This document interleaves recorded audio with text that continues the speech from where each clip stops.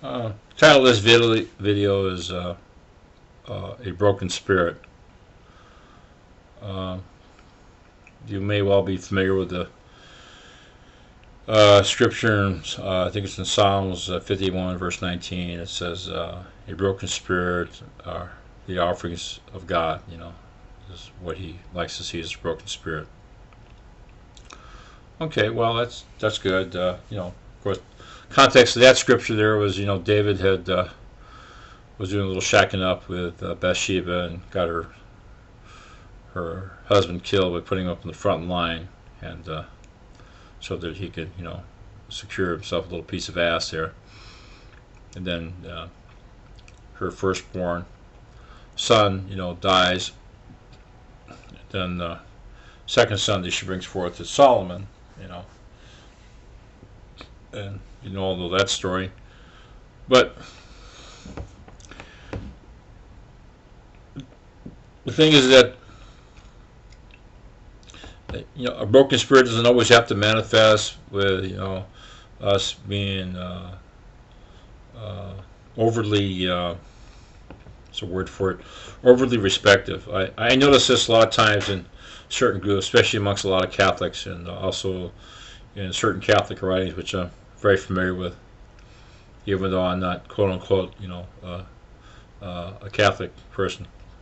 Though most people I run into most of the time are Catholics. So the excessive respect is nice, but it question what the question that comes to my mind is that with all this respect and admiration for God and this, He's so holy, and that, where is the relationship in all that? One time I was talking to a neighbor a long time ago when I was younger. She was Catholic, and she says had had I ever seen the Virgin Mary? I said, well, sure. That and a bunch of other stuff on a more or less regular basis. But I don't talk about it to too many people because either people think you're a nutcase, or they think, oh, you're something special. Well, not special. I just decided to reach in and decided that it could be my. It was common to me as breathing air. If I overly religiousize or overly make the thing too holy that I can't reach when that, then it's I, the one, that has made it unreachable, and by doing so, I've made it almost like an idol. It's the reverse context of the idol. The idol is, of course, something most people think is that you're worshiping a graven image. That's a substitute for your actual worship of God, or you have an obsession with some thing you have to have, like a car or a girlfriend or a boyfriend, whatever, depending who you are, what your gender is, or whatever, and or for money or power or whatever, for the purposes of using it for your own gratification rather than for the benefit of everybody else. Not that everything that we do has to just be for the benefit of everything else. When I eat my own food, I eat it for my own body. I don't eat it for the benefit of everybody else. So let's don't get overbalanced in all these things. So the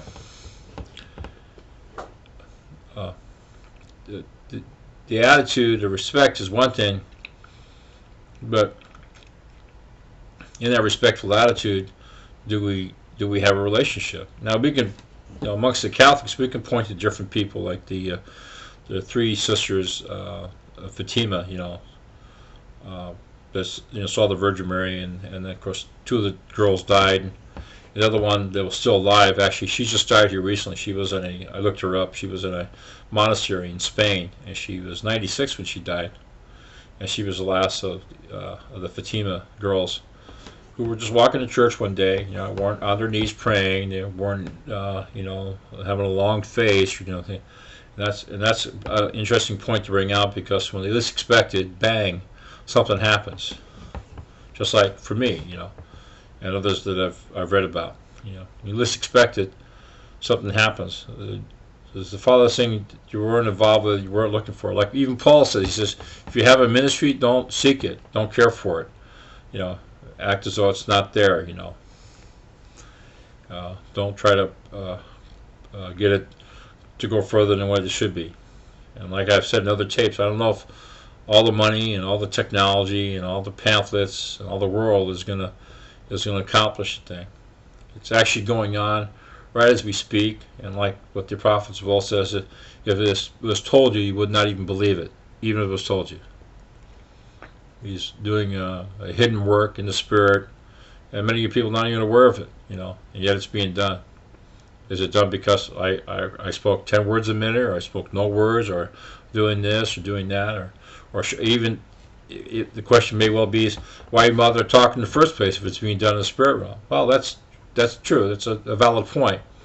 But we all live in different planes of existence, so we can't be the fool on the hill and just suck in one breath of oxygen and then hold our breath and say, okay, God's going to take care of it all the rest of it for us.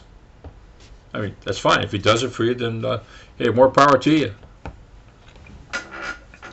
But the fear of the Lord, maybe a better way of saying it is just have reasonable respect. I had questions about it myself. Jesus appeared to me, tell me, say, hey, look, you want to talk to me? Talk to me. You don't want to talk to me? Don't talk to me. That's simple. You're not obligated one way or the other. But because that's what I was told, and what you were told, or somebody else was told, or if you bear witness to what I'm saying and it's a help for you, then apply it. And then move on to something else. The broken spirit of today should just be a normal thing, just a reasonable respect and consideration for others around you, for yourself, and have respect for yourself as well. Don't treat yourself like a pig, and call it love and say, well, that's all right. I'm not much, and therefore I shouldn't have any. So, but notice what you said there. I'm not much, and I shouldn't have anything. Well, who said it? You said it, and your words become your reality. Then, of course, you can't get overly ahead of the game and say, "Hey, I'm God's gift to everybody, and the light doesn't shine on earth unless it's for me." Unless, of course, your name is Atlas. No, but anyway, it's a joke. But have a proper sense of humility. Humility means to understand who you are in relationship to God and to others. So false humility would be, let's say you were a doctor by profession, and someone says to you, "Are you a doctor?" "Oh no, I'm a ditch digger." Well, let's say that's false humility. You're not saying who you really are. And then, of course, in the way you say it, that's being humble, or being in a situation where you're humbled, which you may have to appear to be the ditch digger as opposed to the doctor, depending on what the situation may be. Then, of course, people say, well, without holiness, no one can see God. Well, holiness means that you have experiences in the will of God, because the holiness means the end product, the will of God that's already been performed. And then, of course, the pure in heart. Well, people think the pure in heart will mean that they have to have all their sins taken care of and everything. Well, if that's already been taken care of with the blood, pure heart means to be focused. The heart here doesn't refer to the heart in your chest. It means actually your mind. The focused mind is the one that's going to see God. And to see God means not like a God that just sits still on a platform or is a cross in the middle of a field or on top of a building. It's something that is in motion. I'd like to bring up my reference to Freddie Mercury again. He was dying of AIDS, and he'd even tell his people that he had AIDS, not because he's worried about the reprisal that, oh, gee, he's gay, He didn't care about. He didn't want people to buy his albums out of pity. He wanted to buy the albums for the sake of the music itself. He was there for his art form. That was his broken spirit. He lived it every day. He worked for his art form, not because he was gay or because he was dying, right up to the very end. What more can I say?